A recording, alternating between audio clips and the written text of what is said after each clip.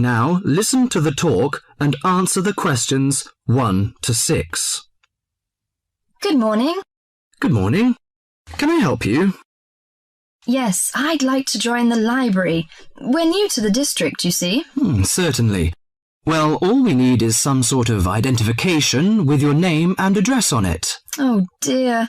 We just moved, you see, and everything has my old address. A driving license, perhaps? No, I don't drive. Your husband's would do. Yes, but his license will still have the old address on it.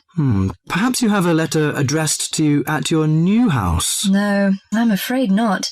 We've only been there a few days, you see, and no one's written to us yet. What about your bank book? That's just the same. Oh dear, and I did want to get some books out this weekend. We're going on holiday to relax after the move, you see, and I wanted to take something with me to read. Well, I'm sorry, but we can't possibly issue tickets without some form of identification. What about your passport? What? Oh, yes, how silly of me. I've just got a new one, and it does have our new address. I've just been to book our air ticket, so I have it on me. Well, that's all right. Your ticket will be ready soon. OK, how many books am I allowed to take out? You can take 4 books out at a time, and you can also get 2 tickets to take out 3 magazines or periodicals. Newspapers, I'm afraid, can't be taken out. Oh, that's fine. Do you have a record library? Some libraries do, I know. Yes, we do. You have to pay a deposit of $5 in case you damage them, but that entitles you to take out 2 records at a time. That's good. Could you show me where your history and biography sections are, please? Yes, just over there to your right. If there's any particular book you want, you can look it up in the catalogue, which you'll find just around the corner. You can also find a touchscreen information service on level 2. Thank you. Oh, and how long am I allowed to keep the books for? Well, the normal loan period is 3 weeks, with 2 weeks extension. Oh dear. We're going away for 4 weeks. Can I renew them now? I'm afraid not. You must do that at the end of 3 weeks. I see. Thank you very much.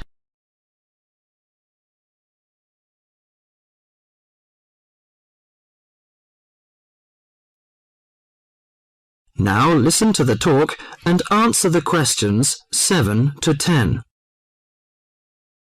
Well, let's go into some details. Your name, please, madam? My name is Barbara. The surname is Cooper. It's spelt as Cooper. Fine. And what's your contact number? If we have new books coming, we can contact you in time. Good. You can call me on 723-6518, but it's better after 5 p.m. You know I have to work during the daytime. Do you need the office number? I don't think so. It's enough. Could you tell me the address? I lived in King Road, but of course you need my new address. It's 25 St. Mary Road, Hanwell. That's Hanwell. Is that right? Yes. Do you need the passport number? I just brought it with me. Here you are. Yes, thank you. The number of your passport is G5798-0942. OK, and your ticket is ready. The number is M930123. Thank you. Could I take a look around and check out some books? Of course, as you like.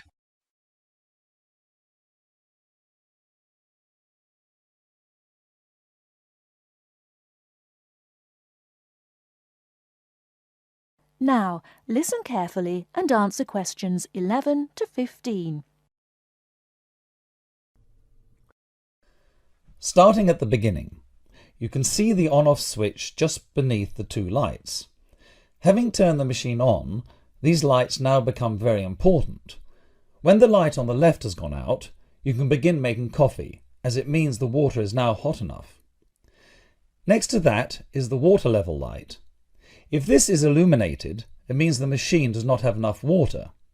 It is essential that you turn the machine off and add more water the moment this light comes on. Otherwise you could damage the heating element. Once you have checked that both the heater light and the water level light are off, make sure the filter holder, that's the part with the handle just under the control panel, is in place. Once you have your cups ready, it is time to press the coffee delivery switch. That's the button just above the filter holder beside the boiler meter. Remember to take a quick look at the meter as it tells you the exact temperature of the water. On both the left and right hand side of the machine, on the same level as the filter holder, you can see the steam pipes used for heating milk. These steam taps need to be cleaned regularly to avoid blocking. And finally, if you do spill any coffee, don't worry. Just make sure that the drainage pipe at the bottom of the machine is leading into a sink or a suitable waste container. As with the steam taps, the drainage pipe needs regular cleaning.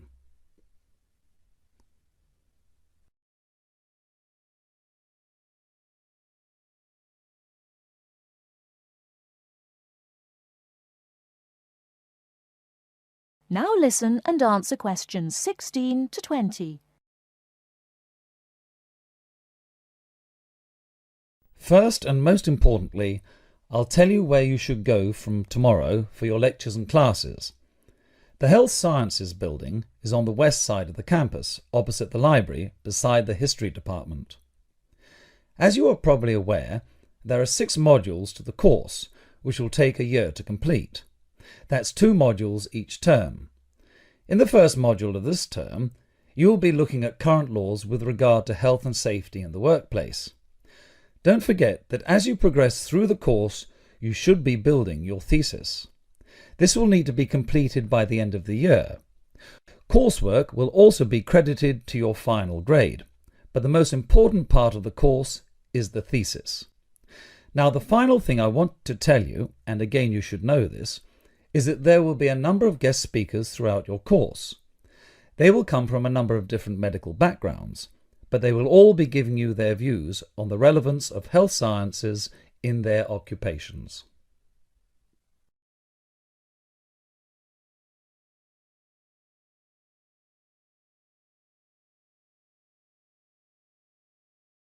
Now listen carefully and answer questions 21 to 26. So, what was it like in your school then, Lynn? Well, South African schools are very different from schools in Australia. For a start, children don't start their schooling until they are 7, quite a bit later than schools in Australia. What about New Zealand, Gail? We're more like Australia. I can't believe children don't go to school until they are 7. When do the parents get any free time? Well, there's still the availability of kindergartens or play schools. It's just that formal education doesn't start until later. I don't think it's such a good idea for children to have to be too academic at such a young age. They should be able to just enjoy themselves. Well, yeah, but the first school children go to isn't really very academic. It's just an opportunity for children to learn a few basic social skills by playing and learning with other children. Yes, I'd agree with that. I guess being so close, Australian and New Zealand schools must be similar then. Well, I suppose they do share a lot of similarities, but there are also some differences. For example, children in New Zealand go through intermediate school, but in Australia there's only high school. That's right, isn't it, Pat? Yeah, I think so. What about South Africa, Lynn? Do you have an intermediate or high school? Oh, high school. And now the difference between Australian and New Zealand education is that although both countries have state schools and private schools, our private schools are very often run by religious groups, whereas New Zealand schools are secular. That's not true. There are quite a few religious schools in New Zealand. Oh, OK, maybe we are similar. Only a few South African schools have any religious connection, so I guess we're different. Most people go to state schools. Pat, is it true that some people from your country don't have to go to school at all? Well, that's partly true. Because of the geography of Australia, there are a lot of children who do not have access to schools, at least on a regular basis. Instead, they have a form of correspondence education, where the lessons are actually on the radio and the students send their work in by post. That way they get a lot of what they would if they were in the classroom, apart from the interaction. In New Zealand, not all students have to go to school either. Some parents have opted for homeschooling. Oh, is that like correspondence teaching? We don't really have that. Well, we do have correspondence schools, but homeschooling is different. With homeschooling, the parents teach the children and set them homework. They have to present a syllabus to their local education authority before they can do that, but it is becoming a more popular choice for some parents. I suppose it also suits parents' own commitments. I mean, they don't have to worry about collecting their children from school, and they can always teach over the weekend or in the evening if they want to. Is the school day normally quite long then? Not in New Zealand, but I think it can be in Australia. Yeah, that's right. I think Australia is unusual in that there are extracurricular activities which you have to go to.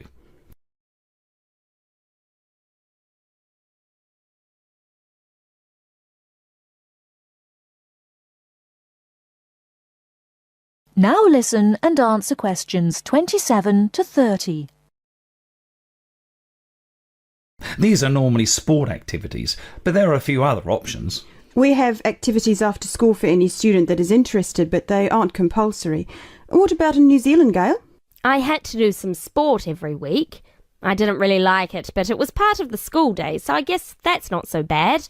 Anyway, I spent 2 years at boarding school, so things were a little different. Boarding school? What was that like? Well, the thing I remember most about it was the strict dress code. There were restrictions on everything. You had to wear a school uniform almost all of the time, and it had to be cleaned and ironed. The length of your skirt had to be no less than 1 inch above your knees when kneeling down. Sometimes we used to go out on school trips or just at weekends with a few friends, but whenever we were outside the school we had to wear a hat. There was one teacher who always used to give me extra homework because my socks weren't pulled up, and that was in the school late in the evening. I suppose it wasn't that bad, but at the time it felt like a prison. I kept getting into trouble for something. Most of the time I forgot something, normally my school badge. We had to wear that all the time, in the school and out, because it had our house colours on it. Wow, that doesn't sound like much fun. No, but it was a good education, I suppose.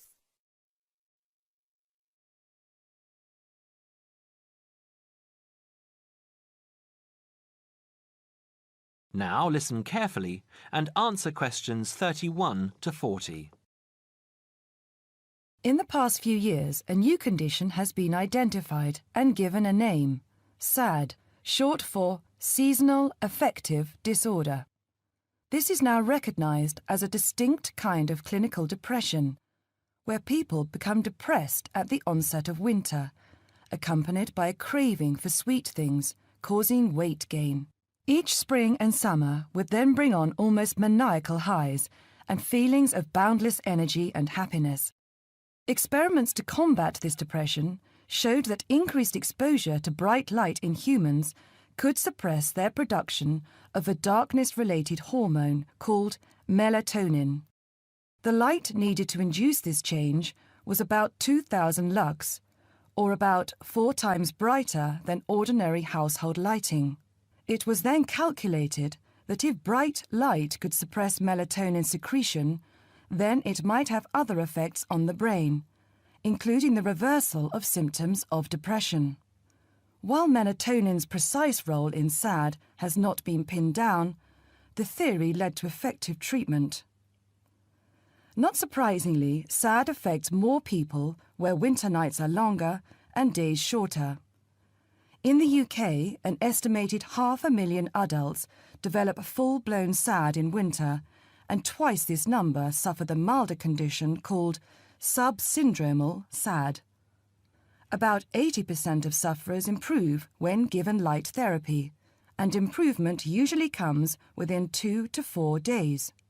Scientists are still unsure why winter depression happens, but more than a decade of research has turned up some surprising findings. Nearly 80% of SAD victims are women. Researchers are uncertain why this is so. SAD can affect people at any age, but typically it begins around the age of 20 and becomes less common between 40 and 50. SAD is comparatively rare in children and adolescents, but so far researchers have been unable to come up with a logical reason for this. As many as half of SAD sufferers have at least one family member with depressive illness, suggesting that the depression has a genetic component. Some patients experience shifts in their body clocks when they're depressed in winter. They are morning people at one time of the year and become evening people at another. What is the underlying difference between SAD sufferers and others? A clue can be found in carbohydrate craving, a common symptom. People often become obsessed with chocolate, for example. Carbohydrates alter brain chemistry by increasing the level of a soothing chemical called serotonin, a neurotransmitter that carries signals between brain cells. SAD sufferers crave carbohydrates because they may need serotonin to lift their mood. This craving can be intense, in fact, an addiction. It may be that the serotonin system of the brain has problems regulating itself during the winter. Some SAD sufferers respond well to the drug Prozac, thought to influence the brain's serotonin-using system. Other brain chemicals and hormones probably play a role in winter depression. Another neurotransmitter, dopamine, for example, may be inadequate in certain cases. Researchers hope to uncover clues to SAD's secret by probing similarities between SAD and hibernation. Though no valid link between the two has been established, some SAD patients say they feel like hibernating animals. SAD sufferers tend to put on fat in autumn and early winter, roughly the time when such hibernators as bears and squirrels do.